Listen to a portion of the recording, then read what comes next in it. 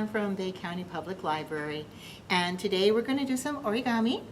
And because in October we have Halloween, you can actually do Halloween origami. So what I'm going to do for you guys today is to show you how to make a little origami ghost and a skull. These are both pretty easy to do. It's, again, just always mastering your folds. Now, we call this upscale origami because I made these out of scratch paper. I get this kind of paper a lot from one of the publishers that sends me samples of books. And there's not a whole lot I can do with it except it makes really good origami paper if you want to make something like the ghost and the skull.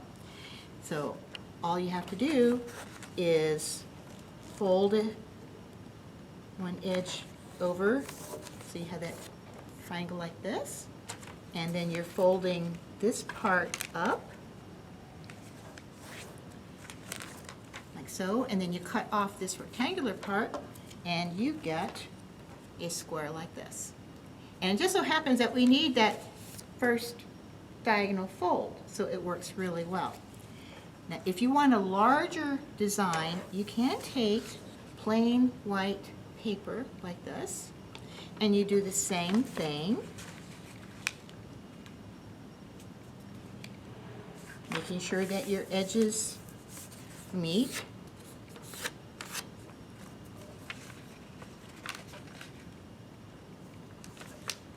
Making that fold there. Now if you have scissors handy, all you have to do is cut right on that line.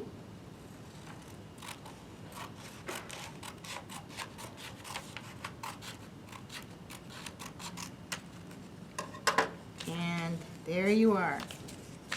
You have a square piece of paper. Okay? First of all, we're going to start with the Origami Ghost. And what I did was I just Googled Origami Ghost and found a number of different images that had this design that you can see online, print them out if you need to, or just keep it online and follow along. And so that very simple thing right here. Now what we're going to do is take our square piece of paper, and we've already got that first fold from making the square paper, and then you open it back up. Now you're going to fold each of these, you have it with a point facing you, okay?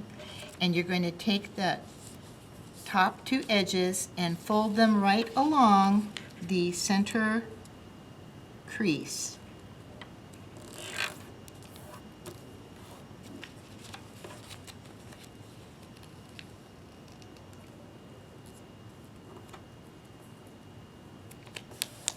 Like so. And then you're going to fold these bottom two edges along that center crease.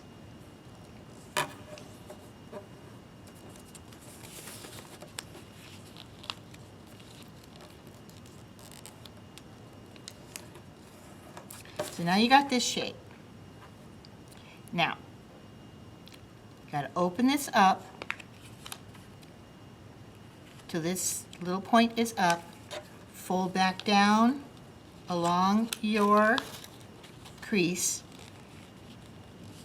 and then fold this part like that into a little triangle.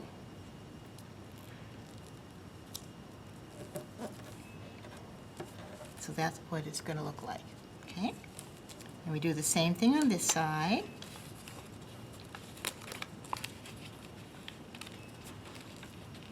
You just make those edges meet together. You get your point.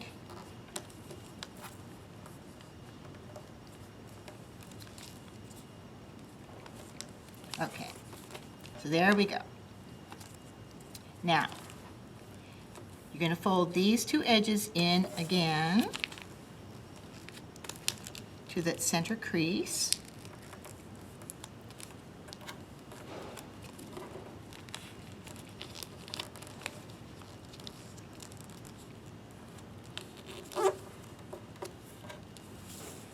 Like that. And then what you're going to do is take this top point and you're going to fold it back because you want to make a little flat top for the head of the ghost. And you can fold about that much of it. And then these two little pieces here, you just want to fold down. You can either do them straight or at a slight little angle. Like that, and that's a little ghost's hands, okay? Now, to make the ghost trailing tail here, like this, you just take this long part and you're going to fold it kind of at a diagonal, just like that, any angle you want. So it's going to look like that, and then take this tail end part and fold it back at another little angle. And there it is. It's very simple. At this point, you can make a cute face. This one's a little silly because he's sticking his tongue out. Or a big smiley face. Or you can make it angry or spooky or whatever you want for your ghost. Now, what you can also do is if you got needle and thread, now I've got some nice, really colorful thread. But you can use any thread, okay? And to make an ornament, you would just take your needle and about a third of an inch or so from the top, you just kind of poke through with the needle and pull the thread through until you have enough to make a loop. And then you're just going to go ahead and cut that thread. And then you're just going to do a very simple knot. I always take the thread, I wind it around my index finger and pull the ends through and then just tighten the knot. And there you have a loop. And now you can hang the ornament. So if you wanted to make a whole bunch of these ghosts, you can do different sizes, like I said, and you can hang them up all over the place to decorate for Halloween. So that's the ghost. And that was nice and easy. And now we have skull.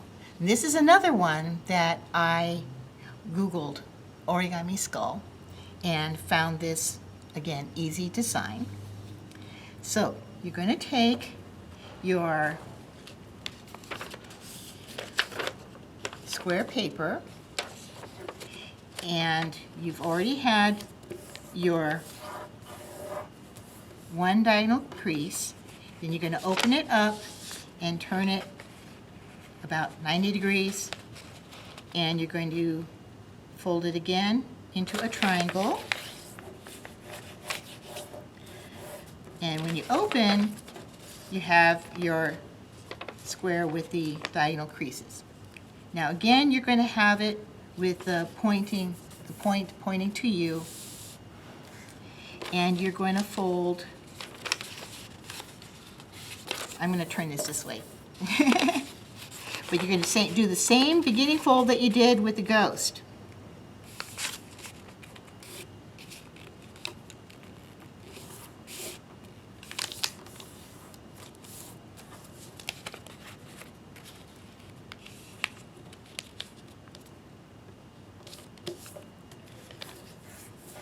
So you have this kite shape.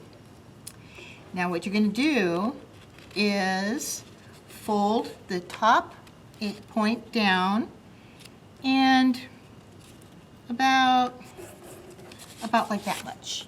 Not all the way down to the top edges here, but just a little bit. That makes the top. Now you're going to take this bottom point and you're going to fold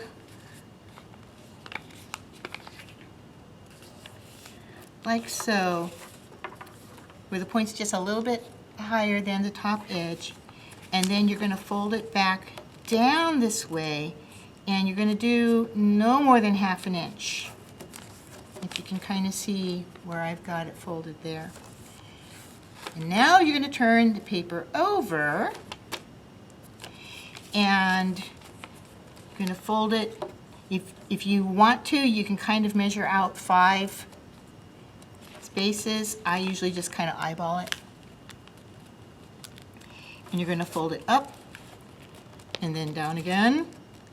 You know those accordion folds? That's what we're doing.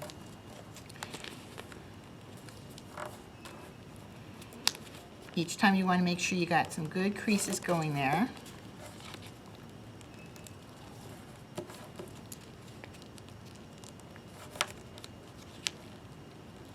And when you're done, that point should come down like so.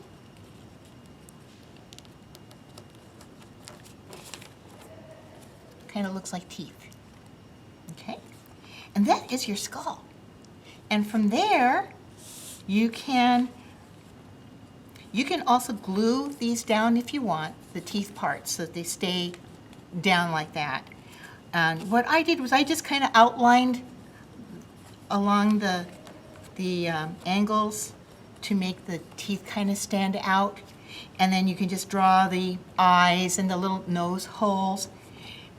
And if you want to get really creative, you could get color pencils or color pens, and you can decorate these like sugar skulls. They make really fun, easy sugar skulls if you want to make your own. And a bunch of students, when I did this before, a bunch of students did just that, had a lot of fun. Or you can just keep your classic skull. And again, you can do the same thing with these to make an ornament with your needle and thread.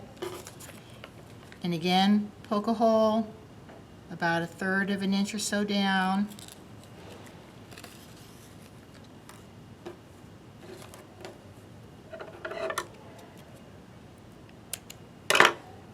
And making your little knot. So I just thought it could make a really cool Halloween tree to have your ghosties and skulls.